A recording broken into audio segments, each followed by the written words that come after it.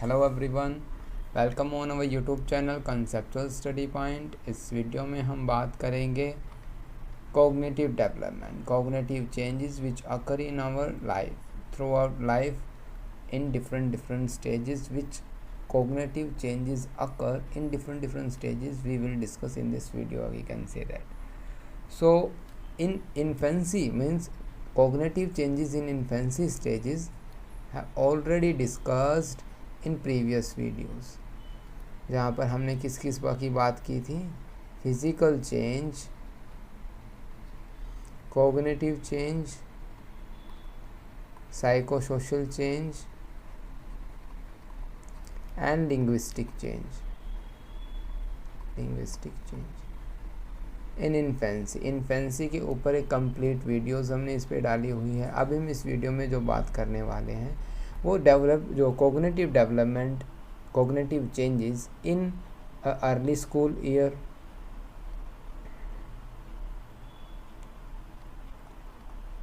Years, उसके बाद adolescence, फिर अडल्टहुड। अब एक बात ये ध्यान रखनी है, एडोलसेंस के फर्दर 3 स्टेजेस होंगी, अडल्टहुड की फर्दर 3 स्टेजेस होंगी। One by one we will discuss cognitive development. First of all we have to understand about cognitive development definition, meaning, what it means, क्या होता है कॉग्निटिव डेवलपमेंट। तो अगर आपने फर्स्ट वीडियो MPC 001 की video देखी होगी तो वहाँ पर आपने क्या समझा होगा, कॉग्निशन किसे कहते हैं, और यहाँ पर हम ये समझें कॉग्निटिव डेवलपमेंट किसे कहते हैं। अब डेवलपमेंट है तो ये नहीं है कि 1 या 2 दिन की प्रोसेस है, ये कंप्लीट प्रोसेस है। जब हम जन्म लेते हैं और जब हम बूढ़े हो जाते हैं तब तक कौन कौन से चेंजेस हमारे कॉग्निशन में आते हैं उसे कॉग्निटिव डेवलपमेंट कहते हैं। इट मीन्स कैसे हम इंफॉर्मेशन को एक्वायर करते हैं, कैसे हम हमारे अंडरस्टैंडिंग स्किल्स या हम how to organise information from environment, और कैसे हम सीखते हैं, कैसे यूज़ करते हैं इंफॉर्मेशन का in various ways, in different ways. तो सबसे ज़्यादा जो मेन रोल रहा है वो किसका रहा है, जीन पियाजे का रहा है, जिन्होंने इस पर थ्योरी दी, कॉग्निटिव डेवलपमेंट थ्योरी। कैसे उन्होंने शुरू किया, इन्होंने क्या बताया, इन्होंने बताया कि 4 स्टेजेस है जो अकर करती हैं through out a human life के अंदर। एक ह्यूमन लाइफ जब शुरू होती है तब सेंसरी मोटर स्टेज, उसके बाद प्री ऑपरेशनल स्टेज अकर होगी, उसके बाद कॉग्निटिव ऑपरेशनल स्टेज, और उसके बाद फॉर्मल ऑपरेशनल स्टेज को हम स्टडी करते हैं according to this theory. Jean पियाजे ने कैसे ये थियरी दी, ये समझने से पहले कि sensory motor stage, pre operational stage, concrete operational stage and formal operational stage क्या होती है, कौन कौन से चेंजेस इसमें पाए जाते हैं, हम थोड़ा सा समझ लेंगे हिस्ट्री ऑफ कॉग्निटिव डेवलपमेंट, कैसे उन्होंने शुरुआत की। 1920s में साइकोलॉजिस्ट जीन पियाजे, इन्होंने एक टास्क दिया स्टूडेंट्स को कि इंग्लिश के जो वर्ड्स हैं उनको ट्रांसलेट करना है, इंग्लिश के सेंटेंस टेक्स्ट को फ्रेंच लैंग्वेज में। अब इस प्रोसेस के दौरान उन्होंने ऑब्ज़र्व किया कि चिल्ड्रन हैं, उनके सोचने का तरीका बिल्कुल अलग है, सोचने का लहजा बिल्कुल अलग है in comparison to adults, have a different view of the world. उनका देखने का नज़रिया, किसी भी चीज़ को इंफॉर्मेशन गेन करने का जो तरीका वो बिल्कुल अलग है। चिल्ड्रन हु आर इन्होंने क्या किया फिर, आप इसी को समझने के लिए कि ऐसा क्यों कि किसी जो छोटे बच्चे का को हम जब कोई इन्फॉर्मेशन दे रहा है वो उसको परसीव अलग तरीके से करता है, और जब कोई बड़ा है या कोई मिड स्टेज में है लाइफ की, उसको जब हम इंफॉर्मेशन देते हैं वो उसको अलग तरीके से परसीव करता है। यहाँ पर उनको जो क्वेश्चन मार्क लगाया, ऐसा क्यों होता है, और इसी को स्टडी करने के लिए उन्होंने इसी को स्टडी करना उन्होंने शुरू कर दिया। He began to study childrens from birth through the teenage years, observing children, बच्चों को ऑब्जर्व करना शुरू कर दिया, जो यंग थे उनसे बात की, इंटरव्यू किया ओल्डर चिल्ड्रंस के साथ और ऑब्जर्व किया, और थ्योरी बनाई कॉग्निटिव डेवलपमेंट। 1936 में इन्होंने अपनी थ्योरी को पब्लिश कर दिया। इस थ्योरी की जो बेस है, जो आधार है वो क्या है, कैसे इंटेलिजेंस चेंज होता है किसी भी एक पर्सन की लाइफ में। based on the idea that a child's intelligence changes throughout childhood and cognitive skills are learned as child grow and interact with environment। कैसे इंटेलिजेंस चेंज होता है छोटी उम्र में, उसके बाद इंटेलिजेंस कैसे बदलता है, कौन कौन से चेंजेस आते हैं और कैसे वो एक जो इंडिविजुअल है कैसे इंटरेक्ट करता है, how they interact to their environment, how they behave. Okay, तो ये सभी हम समझेंगे कॉग्निटिव डेवलपमेंट में। स्टेजेस ऑफ कॉग्निटिव डेवलपमेंट जैसा कि हमने पढ़ा 4 स्टेजेस हैं, sensory motor stage, concrete pre operational, concrete operational and formal operational. One by one we will discuss. सबसे पहले हम जान लेते हैं इनकी एज रेंज एंड कुछ की कैरेक्टरिस्टिक्स, जहाँ से आपको यूजीसी नेट में क्वेश्चन देखने को मिल सकता है। हो सकता है आपको की कैरेक्टरिस्टिक्स डायरेक्ट पूछ लिया जाए और सेंसरी मोटर स्टेज का मतलब क्वेश्चन में की कैरेक्टरिस्टिक्स दे रखे हों, जैसे कि मान लीजिए ऑब्जेक्ट परमीनियंस कौन सी स्टेज के अंडर आएगा, तो आप कौन सी स्टेज में कहेंगे, सेंसरी मोटर स्टेज। अब सेंसरी मोटर स्टेज का time duration birth to 2 year रहेगा। प्री ऑपरेशनल स्टेज का जो टाइम पीरियड है वो 2 to 7 year old, concrete operational stage 7 to 11 year old and 11 year onwards we can say that formal stage occur. ये सभी changes है जो आपको देखने को मिलेंगे। प्री ऑपरेशनल में बच्चा थोड़ा ईगोसेंट्रिक रहेगा, यहाँ पर लॉजिकल रीजनिंग यूज़ करेंगे और यहाँ पर abstract thinking, hypothetical reasoning and problem solving, ये सभी कैरेक्टरिस्टिक्स हमें बच्चे में देखने को मिल सकते हैं। तो ये सभी थे एक टेबल जो आपको समझने में, ठीक है, आसानी होगी, इसलिए आप एग्ज़ाम में अगर टेबल बनाएंगे तो वो काफ़ी अच्छा लगेगा। तो ये टेबल आपके लिए थी। ओके, अब हम सब समझते हैं one by one. Sensory motor stage से शुरू करते हैं। The sensory motor stage time period birth to 2 year 18 to 24 month of ages we can say that। okay, during the sensory motor stage children are physically exploring their environment, absorbing information through their senses of smell, sight, touch, taste, sound. All these are 5 senses through which we can gain information, we collect information, we gather information from the environment, we can say that। okay, sensory motor stage ये कैसे clear हो रहा है इसके word से ही।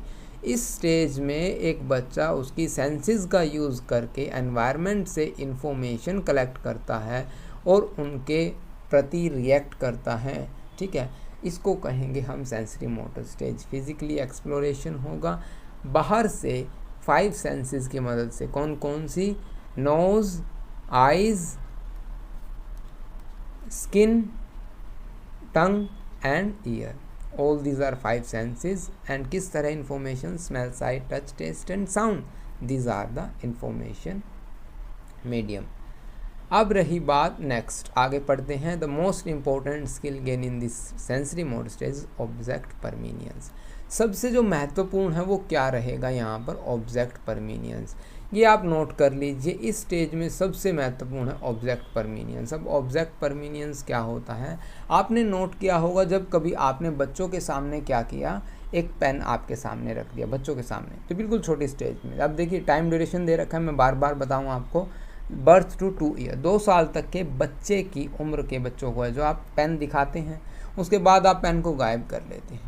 लेकिन अब बच्चे को ये समझ आने लग गया है कि जब आपने पेन वहाँ से हटा दिया उस जगह से, तो भी वो पेन एग्जिस्ट करेगा, वो पेन एनवायरनमेंट में रहेगा। इसको कहेंगे object परमीनियंस, which mean the child known that an object still exists even when they can't see it anymore, that is known as object permanence। Okay, ये था एग्जाम्पल आप कर लीजिएगा और ये काफ़ी इम्पोर्टेंट है। ये एक मेन इम्पोर्टेंट चेंज है जो आप सेंसरी मोटर स्टेज में देखेंगे। कुछ कैरेक्टरिस्टिक्स देख लेते हैं, कुछ एक्टिविटीज़ देख लेते हैं जो बच्चों में देखने को मिलती है इस स्टेज के दौरान। Play A peek a boo, provide toys with varieties of texture, sing a song नहीं, सिंग सॉन्ग्स, मतलब अपनी मस्ती में ही कुछ न कुछ गाना, प्ले विद म्यूज़िक इंस्ट्रूमेंट। देखिए एक मज़ेदार चेंज क्या है, इस स्टेज में बच्चा क्या सीखता है, play with musical instruments, means वो टॉयज़ जो म्यूज़िक प्रोड्यूस करते हैं उनके साथ उन्हें खेलना पसंद होता है। लेकिन अब आगे ऐसी स्टेज आएगी जहाँ पर क्या लिखा होगा, प्ले ए म्यूज़िकल इंस्ट्रूमेंट, कि एक म्यूज़िकल इंस्ट्रूमेंट को वो बजा सकता है, उसका जो यूज़ कर सकता है, उसके थ्रू साउंड प्रोड्यूस कर सकता है। Okay, roll a ball back and forth, एक ही चीज़ को आगे पीछे। प्ले पी के बू मीन्स जैसे कि आप करते होंगे कि भी यूँ मान लीजिए कुछ सामने रखा और आप कहेंगे जाग, ये these are the games, play peek a boo. Okay, provide toys with a variety of texture, अलग अलग तरह के खिलौनों के साथ उसे खेलना पसंद होता है। All these activities comes under the sensory motor stage, we can say that. Now we will discuss about the pre operational stage which is our second stage of Jean पियाजे थियरी या कोग्निटिव डेवलपमेंट थियरी। अब pre operational stage of this theory time duration क्या रहेगी, 2 to 7 year. Okay, time duration आपको याद होनी चाहिए, जैसे कि हमने अभी क्या बात की, sensory motor stage birth to 2 year, 2 to 7 year is the pre operational stage. इस स्टेज में children learn the skill of symbolic representation. This means that an object or word can stand for something else. For example, child might play house with a cardboard. Symbolic representation means मतलब क्या है, जैसे कि हम छोटा सा घर बनाते हैं कार्डबोर्ड के साथ, या फिर हम जो कागज़ के साथ बनाएंगे, या फिर जो वो छोटे छोटे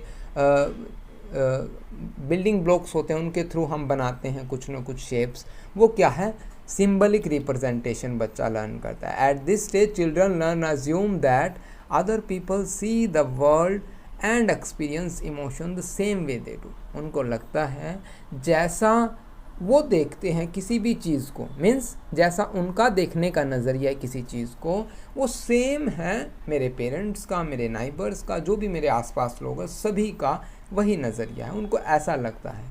ठीक है, हम क्या कह सकते हैं इसको, वो ईगोसेंट्रिक होते हैं, ईगोसेंट्रिज्म इस प्रोसेस को कहेंगे। ओके, जब उनको ये लगे कि जो वर्ल्ड है, एक्सपीरियंस है, इमोशंस है, जो उन्हें महसूस हो रहा है वो सभी को महसूस हो रहा है। ईगोसेंट्रिज्म मीन्स उनका फोकस सिर्फ अपने आप पर रहता है, the main focus is on themselves, is called egocentrism.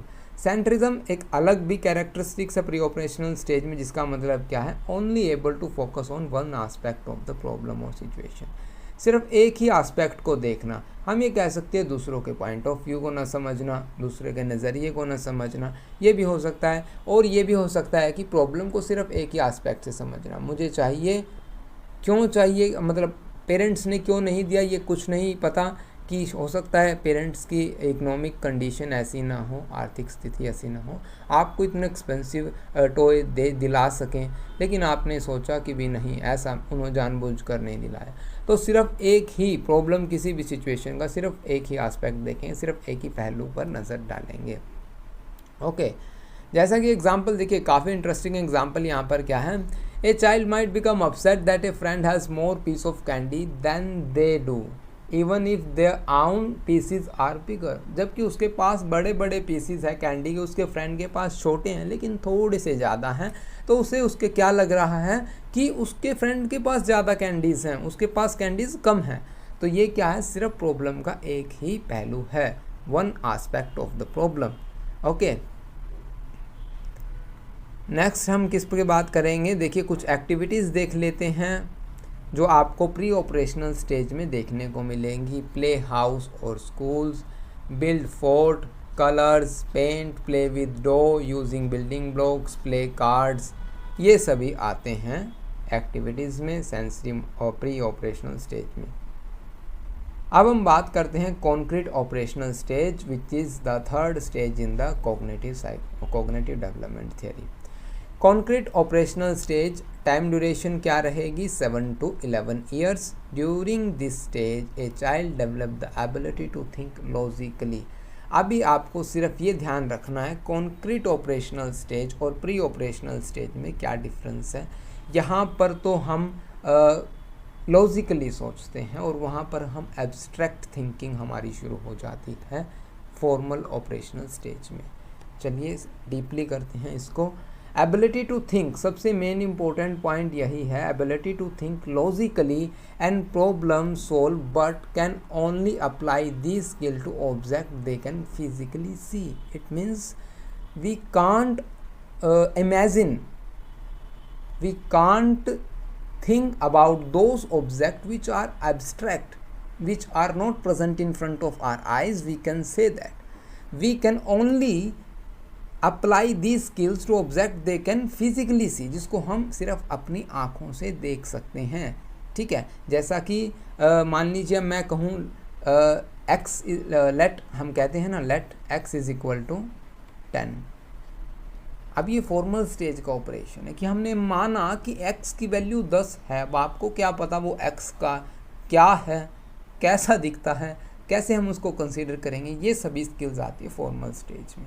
अभी हम सिर्फ ये कहेंगे, मान लीजिए आपके सामने 10 बनानाज हैं, ठीक है, और वो किसके बराबर हैं, 9 एप्पल्स के. तो बच्चा ठीक है, वो देखेगा कि ये बनाना की शेप है, ओके, और ये एप्पल की शेप है. सॉरी, मेरे तो एप्पल भी गलत बन गए है ना, ऐसा कुछ होता है एप्पल. ड्राइंग मेरी इतनी अच्छी नहीं है, आप समझ जाइएगा. ठीक है, तो यहाँ पर 6 main concrete operations and develop in stages. This include, one by one हम इनके जो कॉन्क्रीट ऑपरेशंस के मेन स्टेजेस स्टडी करेंगे. 6 मेन स्टेजेस यहाँ पर बताई गई हैं. चलिए हम शुरू करते हैं कॉन्वर्जेशन से.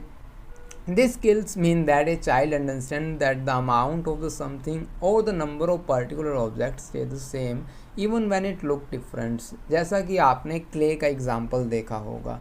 क्ले में क्या होता है, हम एक क्ले का पीसीज है ना पूरा फैला देते हैं, एक उतने ही साइज़ में क्ले का कोई छोटी स्ट्रक्चर बना दें, तो बच्चे को ये पता लग जाएगा इस स्टेज में कि दोनों का अमाउंट सेम है, दोनों अलग नहीं हैं in sense of amount. Okay, तो जैसा कि एग्ज़ाम्पल यहाँ पर एक और एग्ज़ाम्पल है, कप ऑफ ए मिल्क. हमने क्या किया, एक जो लॉन्ग ग्लासेस आते हैं इस तरह के, उसमें मिल्क डाल दिया, और एक हमने डाल दिया मिल्क ऐसे वाले ग्लास में.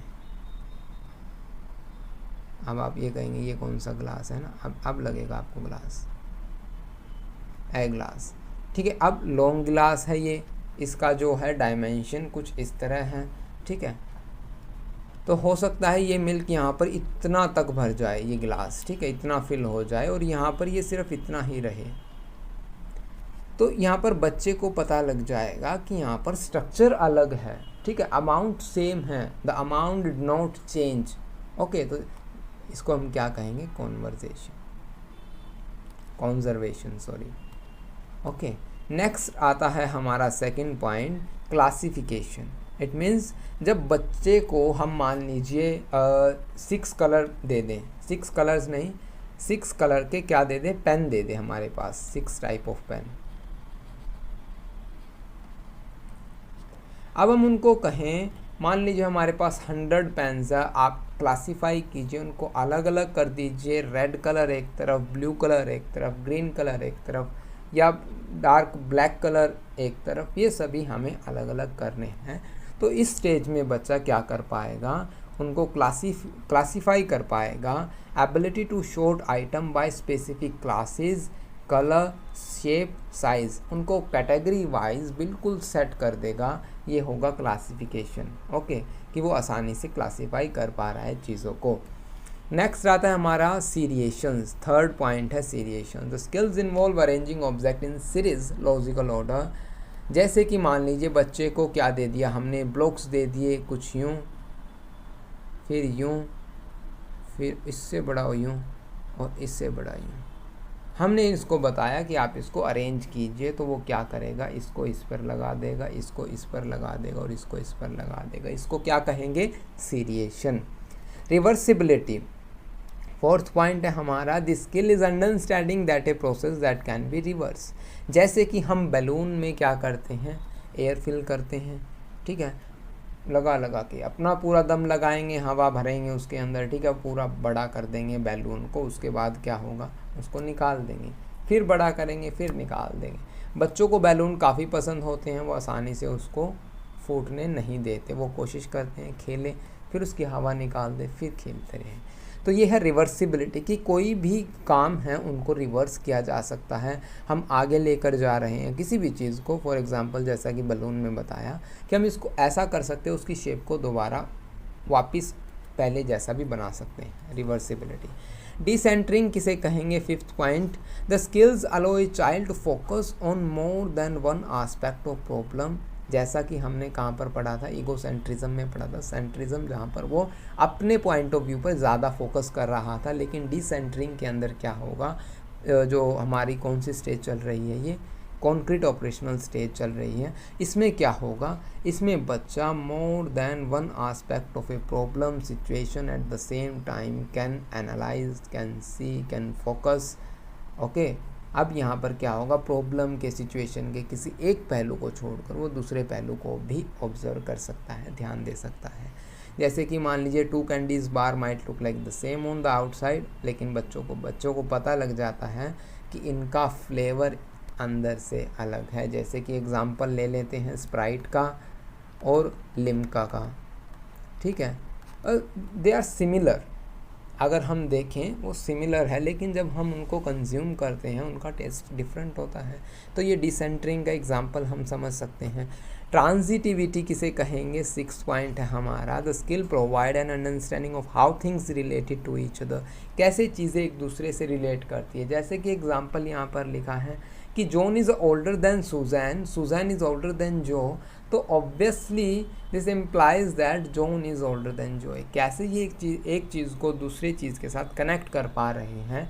जैसा कि हम ये भी कह सकते हैं, if apple is equal to kiwi and kiwi is equal to grapes, so this implies that apple is equal to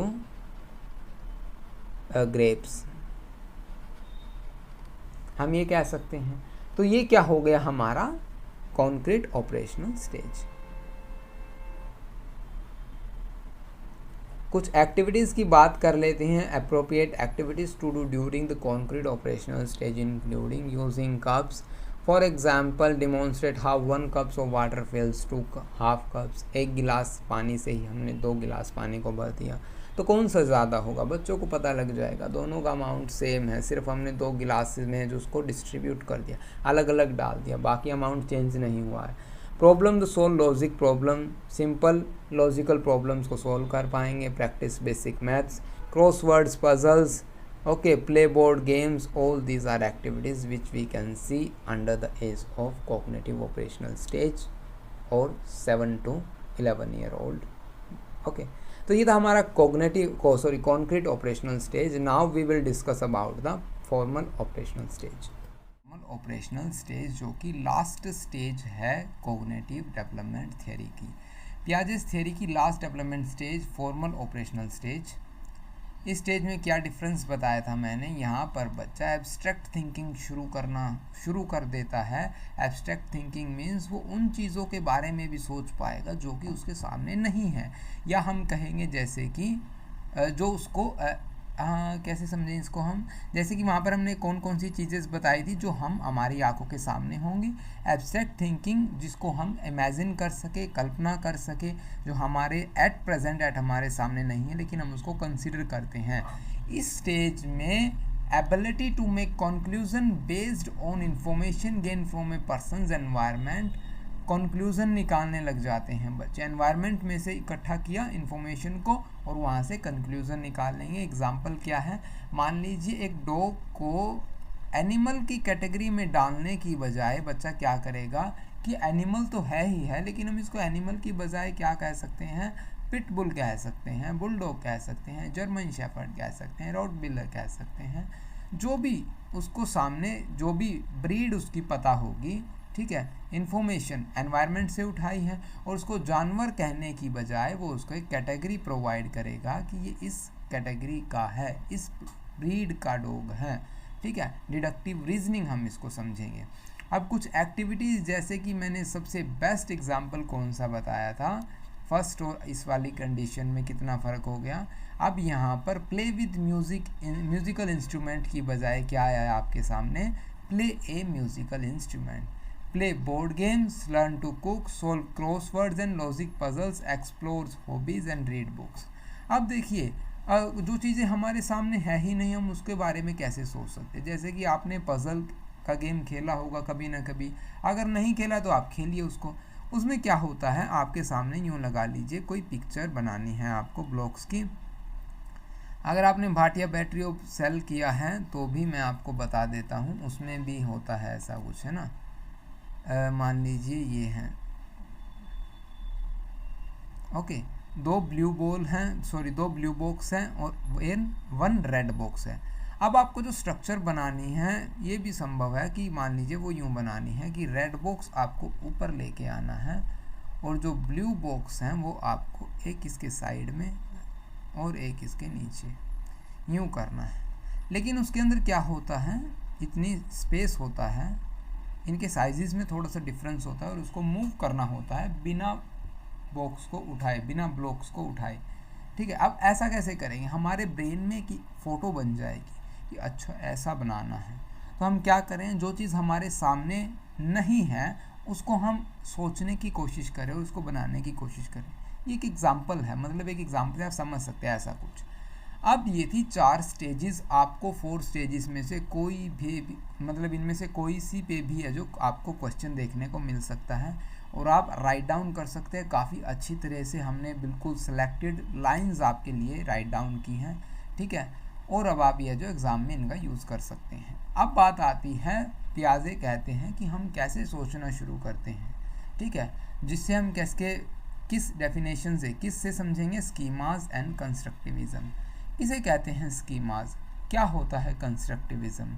देखिए, जब भी हम हमारे एनवायरनमेंट में इंफॉर्मेशन गेन करते हैं या फर्स्ट टाइम किसी से इंटरेक्ट करते हैं तो हम क्या करते हैं, उस चीज़ के बारे में जानने के लिए कुछ स्कीमा बनाते हैं। वो स्कीमा क्या है, वो इंफॉर्मेशन है, ठीक है। जैसे कि हम समझते हैं डॉग का, जो कि इस एग्जांपल से हर कोई वाकिफ़ है, ठीक है। डॉग क्या कहेंगे, जब फर्स्ट टाइम आपने क्या किया, फेस किया किसी भी डॉग को, जब आप बचपन में जब आपने देखा तो आपने क्या देखा, कुछ ऐसा उसका चेहरा, ठीक है, कुछ यूँ बना लेते हैं अभी के लिए, हो सकता है इट में भी डिफरेंट, यू नो। अब इतनी अच्छी ड्राइंग मेरी नहीं है। ये 4 लेग्स उसकी बना दी, ये उसकी पूँछ बना दी, ये आँख बना दी और ये 2 कान बना दिए हमने उसके, ठीक है। इतना शार्प चेहरा नहीं होता उसका ना, कुछ ऐसा। अब आपने फर्स्ट टाइम जब इसको देखा तो आपने क्या क्या नोट किया, 4 legs, 2 ears, 2 eyes, 1 tail, ठीक है। ये आपने नोट किया कि कुछ इतने साइज़ का एक डॉग होता है। आपके पेरेंट्स ने बताया, आपने क्या किया, ये जो छोटी छोटी इन्फॉर्मेशन है इनको कनेक्ट किया, इनका एक पैकेट बनाया और अपने ब्रेन में डाल लिया, मतलब ये इन्फॉर्मेशन स्टोर कर ली। अब ये जो इन्फॉर्मेशन है 4 leg, 2 ear, 1 tail, these are the schema. किस चीज़ के स्कीमा, कि हम इनको एनिमल कहते हैं। अब डॉग तो हमें समझ में आएगा अभी आगे जब हम एकोमोडेशन, एसिमिलेशन और एडेप्टेशन करेंगे। तो हमने क्या किया, इस तरह के जानवर जो कुछ यूँ अपने हाथों और पैरों के बल चलते हैं, उनके 4 पैर होते हैं, उनको जानवर कहते हैं। We call them animals, okay. तो हमने क्या कहा, ये क्या है, एनिमल्स की कैटेगरी में आता है। तो ये क्या है, छोटी छोटी इन्फॉर्मेशन को हमने जोड़ लिया और जोड़ने के बाद एक कॉन्सेप्ट बना दिया एनिमल्स। और एनिमल से हम क्या कहेंगे, जब भी हम दोबारा कभी उसको देखेंगे, उससे रिलेटेड किसी और एनिमल को देखेंगे तो हम कहेंगे ये एनिमल की कैटेगरी में डाल दिया। तो ये क्या है, स्कीमा है, ठीक है। इन्हीं को स्कीमा कहते हैं हम। अब देखिए, चलिए पढ़ते हैं। This notion of gaining knowledge about the world is known as constructivism. अब इस प्रोसेस को हम क्या कहेंगे, क्या कर रहे हैं, हम अपने स्कीमास को बिल्ड कर रहे हैं, कंस्ट्रक्ट कर रहे हैं, ओके। तो इस प्रोसेस को कंस्ट्रक्टिविज्म कहेंगे। Through their interaction children construct schemas, एक कॉग्निटिव पैटर्न क्रिएट करते हैं about how the worlds work, कि कैसे कोई चीज़ काम करती है। These schemas come about through the organization, which is how categories are formed, organizing items together based on common character.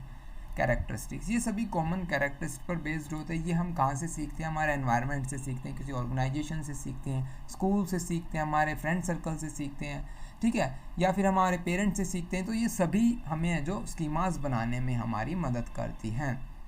Okay, तो अब हम चलते हैं अडेप्टेशन पर। अडेप्टेशन पर चलने से पहले ये समझ लेते हैं, important is schemas are not static. ऐसा नहीं है कि आपने एक बार स्कीमा बना दिया तो वो बिल्कुल वैसा ही आपके ब्रेन में सेट हो जाएगा, नहीं, आप चेंजेस लेके आते रहते हैं, और जो हम चेंजेस लेके आएंगे वही क्या होंगे? Adaptation, assimilation, accommodation.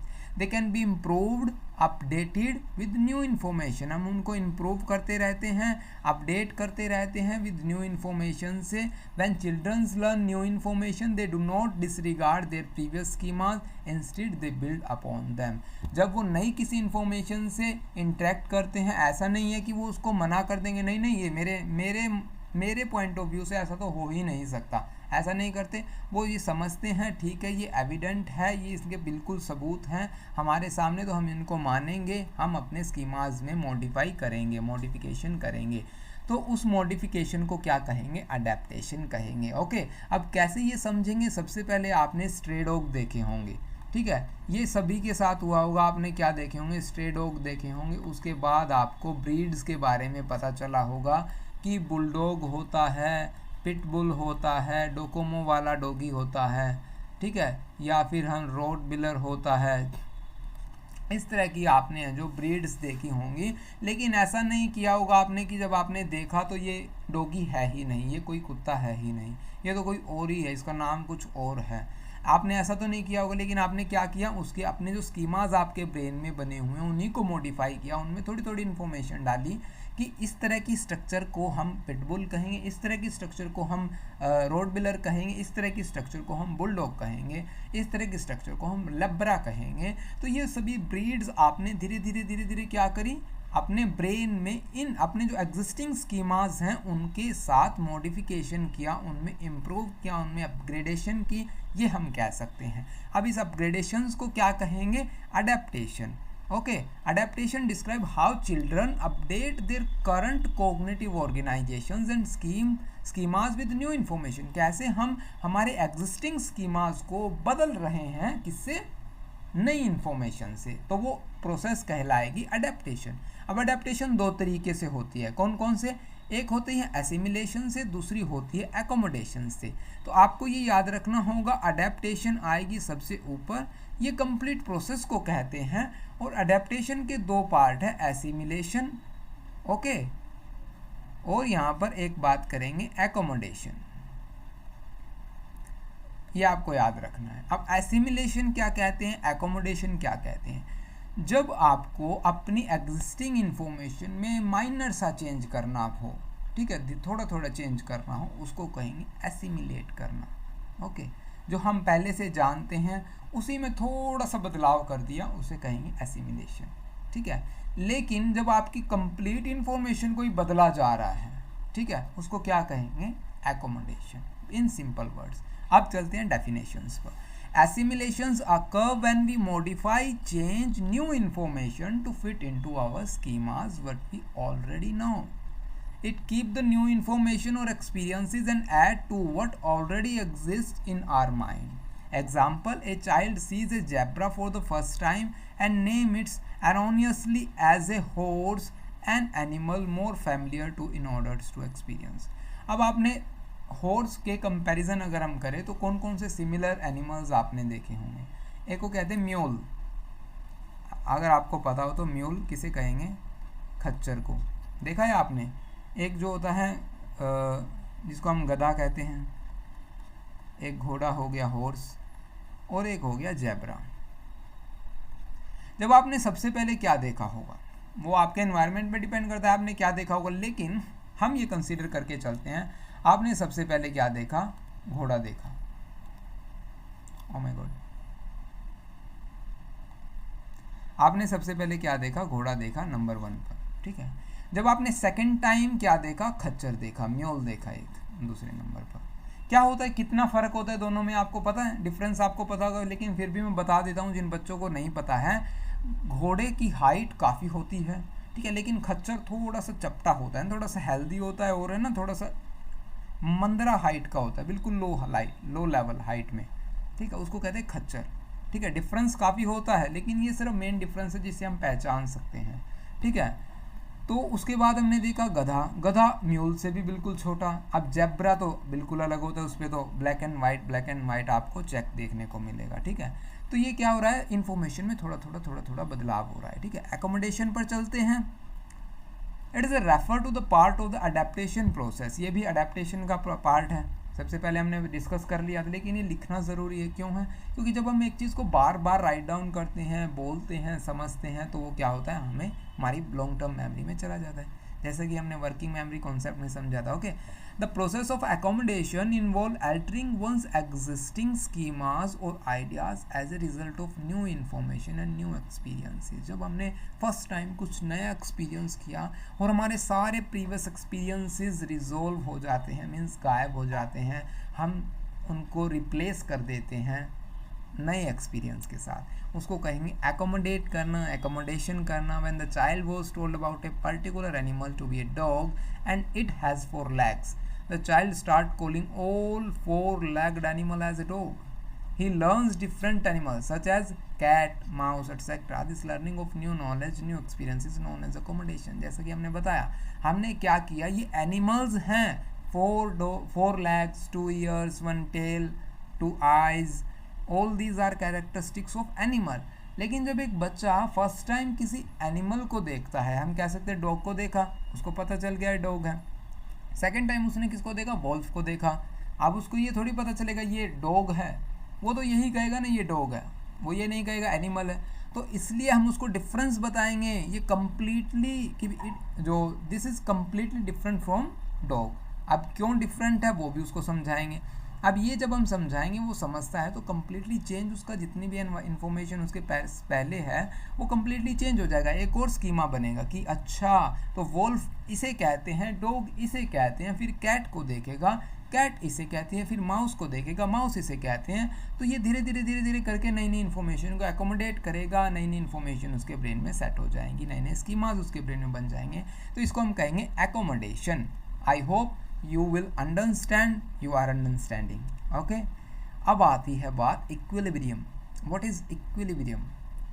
जब आप ये बातें समझ रहे हैं, जब बच्चे को ये समझ में आ गया dog is dog, wolf is wolf, cat is cat, and what is difference between in these animals, that we can say that equilibrium stage is occur. Understand? It exists when children are not changing very much and they are in a steady state, comfortable cognitive state when assimilation is used more than accommodations. देखिए ऐसा क्यों है कि assimilation is more than accommodation। accommodation में क्या हो रहा है, उसके कंप्लीट कॉन्सेप्ट ही बदलते जा रहे हैं और आपको भी इरिटेशन होगी। मान लीजिए अब मैं इक्विलिब्रियम की डेफिनेशन कुछ और बताऊं, नेक्स्ट वीडियो में कुछ और बताऊं, और उससे नेक्स्ट वीडियो में मैं इक्विलिब्रियम की डेफिनेशन ही बदल दूं।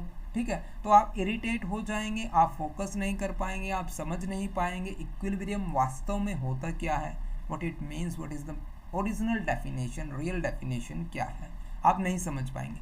लेकिन इक्विलिब्रियम की डेफिनेशन अगर मान लीजिए मैं थोड़ा मतलब अब मैंने आपको 2 लाइनों की बता दी, उसके बाद मैंने 3, लेकिन इसी में माइनर से चेंज करके कुछ नए एग्जांपल्स ऐड करके मैं आपको समझा रहा हूँ, तो इट मीन्स आप उस चीज़ को आसानी से समझ पाएंगे। आप एसिमिलेशन कर रहे हैं, वहाँ पर इंफॉर्मेशन में थोड़ा करके बदलाव कर रहे हैं।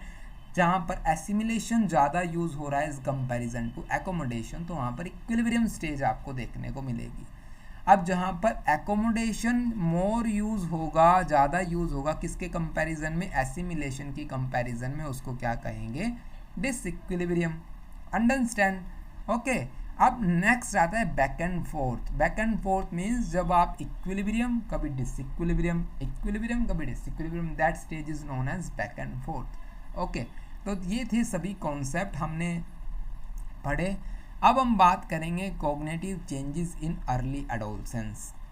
कौन कौन से चेंजेस आपको एडोलसेंस में देखने को मिलेंगे, early adolescence, middle adolescence, late adolescence. ठीक है, one by one we will discuss.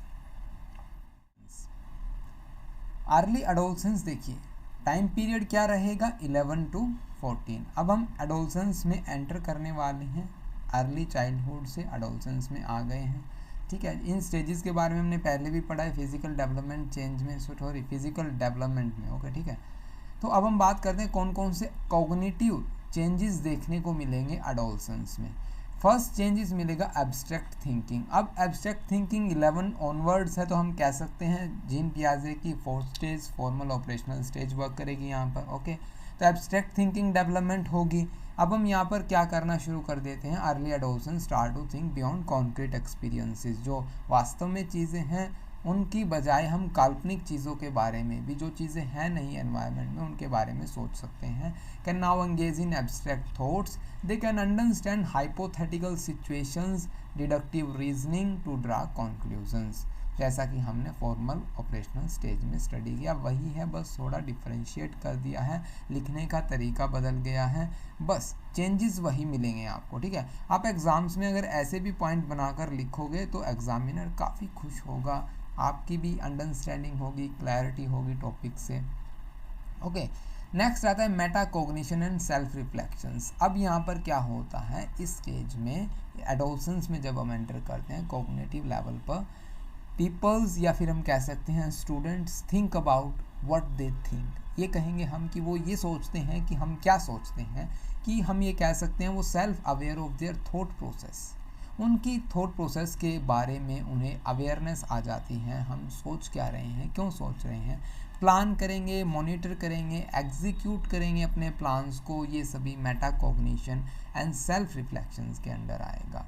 Third point आता है हमारा idealism and critical thinking. Early adolescence develop the ability to ponder philosophies, खुद की फिलोसफीज होनी शुरू हो जाएगी, खुद के आइडियाज़ होंगे, क्वेश्चंस होंगे, आंसर्स होंगे।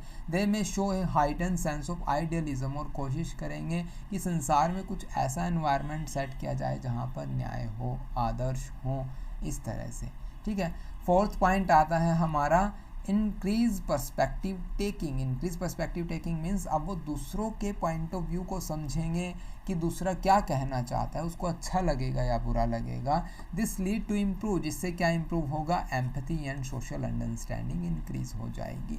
Fifth identity explorations. Identity exploration means अब वो क्वेश्चन करेंगे what should I do, what can I do in my future, what should I do in my future, what are my abilities, है ना, या फिर which abilities we can develop, okay. तो all these explorations increase हो जाएगा। हम explore करते हैं डिफरेंट एस्पेक्ट्स में अपनी आइडेंटिटी को पाने के लिए, ताकि हम देखिए हमने यहाँ ये आइडेंटिटी शब्द कहाँ पढ़ा था, एरिक्सन की थ्योरी में, role confusion and identity crisis. तो यहाँ पर जब एक्सप्लोरेशन होगा तो आइडेंटिटी क्राइसिस भी होगी, ओके, वैल्यूज़ होंगे, बिलीव्स होंगे, सभी चीज़ होंगी। तो अब बात करेंगे हम cognitive changes in the middle adolescence. जैसा कि हमने बताया था एडोलसेंस की कितनी स्टेजेस हैं, 3 हैं। अर्ली हमने अभी पढ़ लिया है, अर्ली ही हमने पढ़ी है ना। अब मिडल एडोलसेंस पर हम आ गए हैं। अब देखिए little amount of changes you can see, बिल्कुल थोड़े थोड़े चेंजेस आपको देखने को मिलेंगे। क्या होगा, अब हम जो मैच्योर हो रहे हैं, जो हमने सीखा हम उस पर टाइम ज़्यादा स्पेंड कर रहे हैं। मिडल एडोलसेंस की time duration 15 to 17 builds upon the cognitive advancement of the previous stage. Adolescents continue to refine their thinking and decision-making abilities.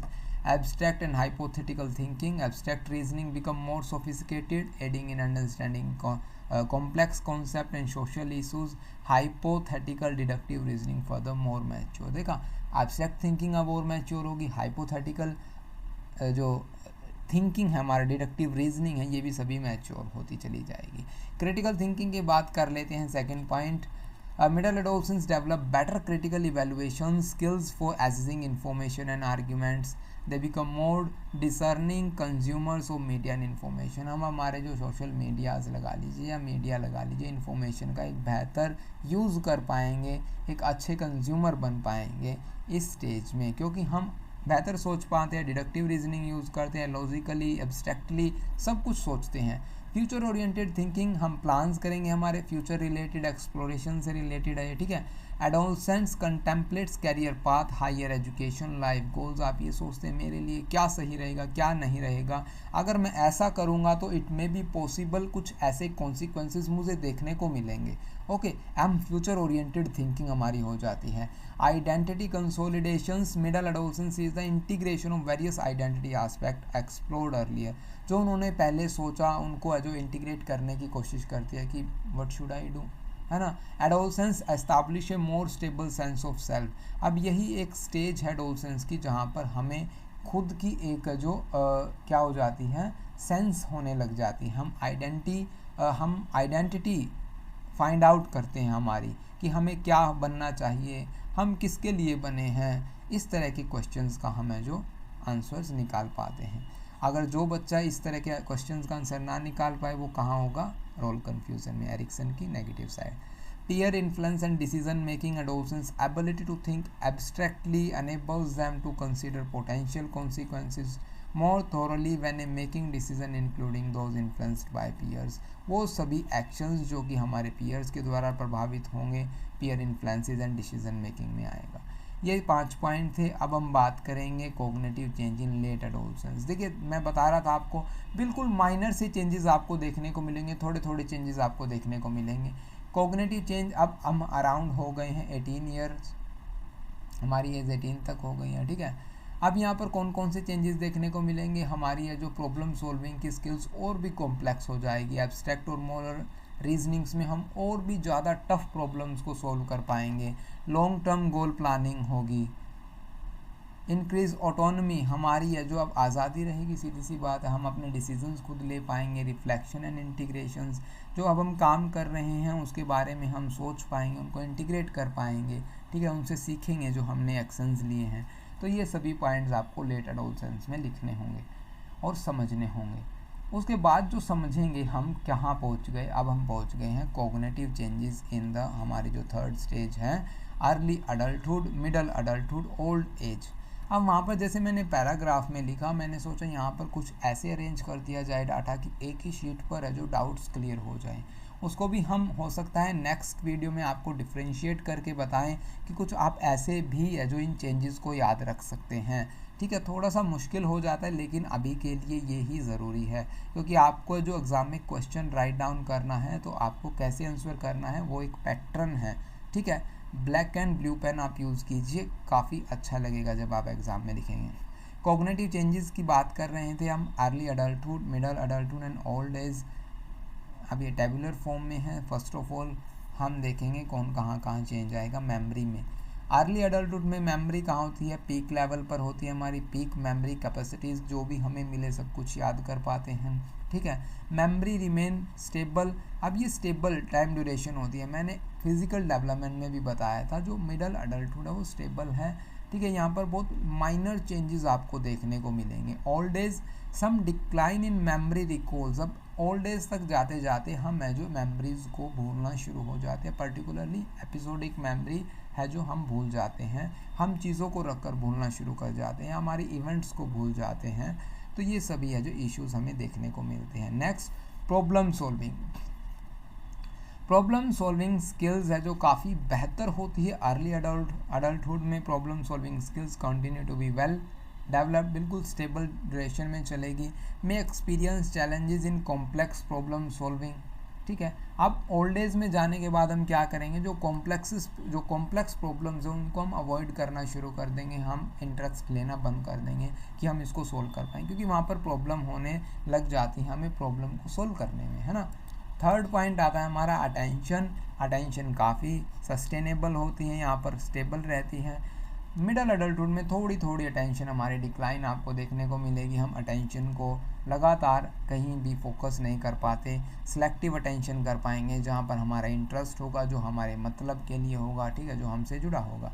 यहाँ पर अटेंशन बिल्कुल डिक्रीज़ हो जाती है, particularly for a prolong task. Next आता है हमारा फोर्थ, प्रोसेसिंग स्पीड्स। अब अर्ली अडल्टहुड में तो भाई आप देखेंगे सब कुछ बेहतर ही बेहतर चल रहा है, क्योंकि ये जवानी है ना, इस जवानी में क्या होता है, सब कुछ बेहतर होता है, हम एनर्जेटिक होते हैं, सब कुछ हम करने की क्षमता रखते हैं, ठीक है। यहाँ पर तो हम कंपटीशन में भी कोई काम कर देते हैं।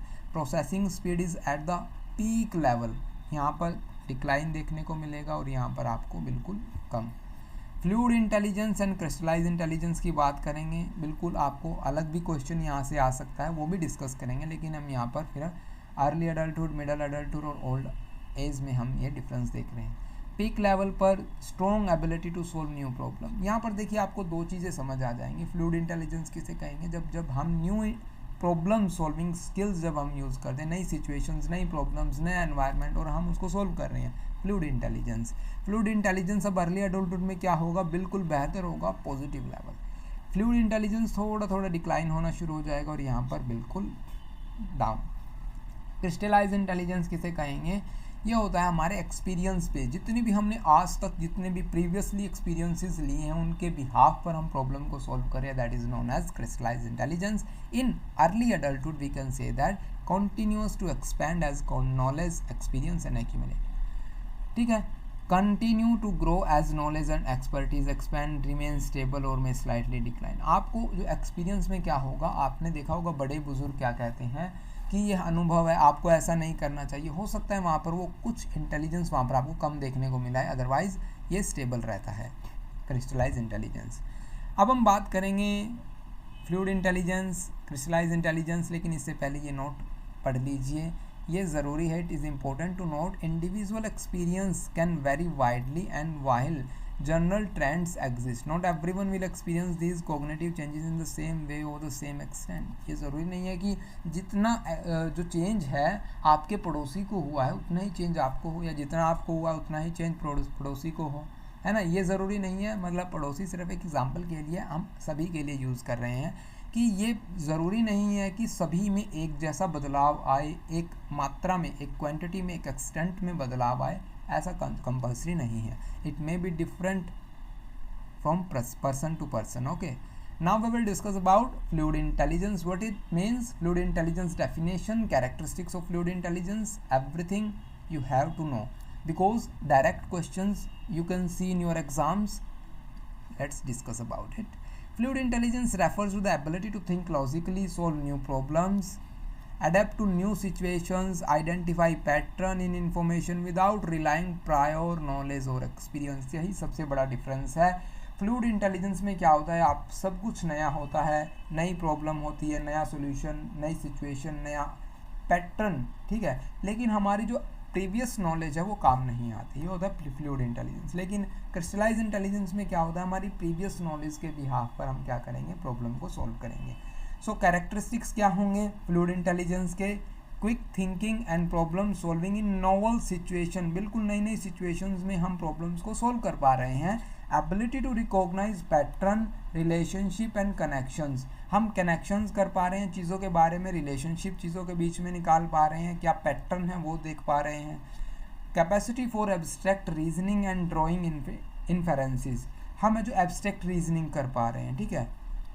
नेक्स्ट आता है हमारे पास ability and learning from new experiences, अब हम क्या कर रहे हैं, नई एक्सपीरियंस से सीख रहे हैं, ठीक है, इससे हमारा क्या बनता है, क्रिस्टलाइज इंटेलिजेंस। ओके, अब बात करते हैं crystallize intelligence. Crystallize intelligence on the other hand refer to the accumulation of knowledge, skills, expertise gain through the education, learning and experiences, जो हमारी एजुकेशन से, हमारे एनवायरनमेंट से, लर्निंग से, एक्सपीरियंस से, स्किल से, नॉलेज से, इससे हमें मिले, उसको क्रिस्टलाइज इंटेलिजेंस कहेंगे।